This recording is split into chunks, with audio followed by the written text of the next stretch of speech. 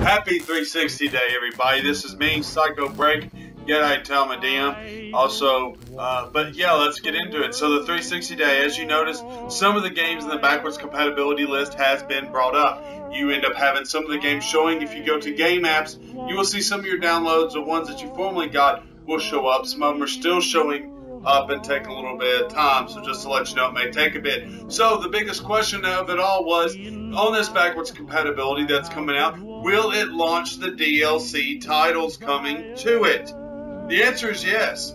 Today, if you look at Fallout 3, if you bought the game or already had the game, you will actually go to the game and say show add-ons. It will actually give you an option to install all 2.9 gigs of add-ons. So all the games that currently come on the backwards compatibility thing, their add-ons are included. So that is awesome, and that's one of the awesome things about this. I also took some screenshots, and I also did a 5-minute intro video for this. And because everything's going hectic right now, I didn't know if I could show it, but I will do it eventually.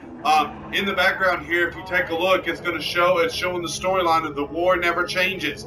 That's something I was able to record on the Xbox. Mass Effect now has the add-on is now acceptable. The Pinnacle Station and the Bringing Down the Skies. Now, I remind you, if you had a PlayStation 3 version, the Mass Effect Bringing Pinnacle Station was not available. It is definitely a Microsoft exclusive. Is it worth getting? Not really. The Pinnacle Station is pretty much a multiplayer test game. It pretty much is testing out the multiplayer thing. Is pretty much what it was.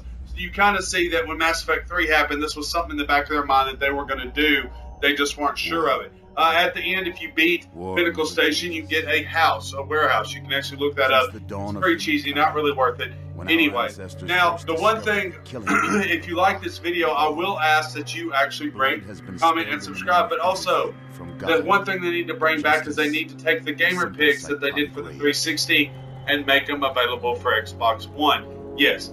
They need to make gamer picks that you unlocked be relevant to the Xbox One to add to the plethora of the gaming selection of gamer picks. Right now, the only thing you got right now is the Master Chief right now. And guys, welcome. The ones that wasn't able to get into the preview program, you are now seeing what we was able to test out. Now, granted, in the program, though, one of the things that we had to do and we had to deal with was the situation of the Upload Studio crashing. That is something that we had to deal with. Most definitely YouTube would shut off our console. So I don't really know how this is going to do. If you haven't received your update yet, just to let you know that we'll do a mandatory update on all systems on November 23, the 23rd. Also, button mapping has been enabled.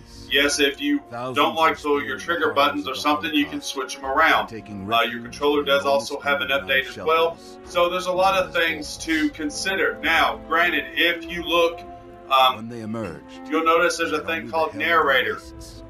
That narrator is basically is good, but mostly you just want it turned off. Like I said, some updates are still rolling out, so if you haven't got a chance to do it, or don't fret, it will come to you. The update, when you see it, will be 3.5 gigs, so if you get that, it says needs to update now, that's pretty much for you. Alright guys, well, rate, comment, subscribe, and as always, break every chain. And if you like this, check out my personal channel. It's the Gadite Tom and DM channel. Yes, I moved what I did for gaming and moved it to something else. This gamer tag here is what was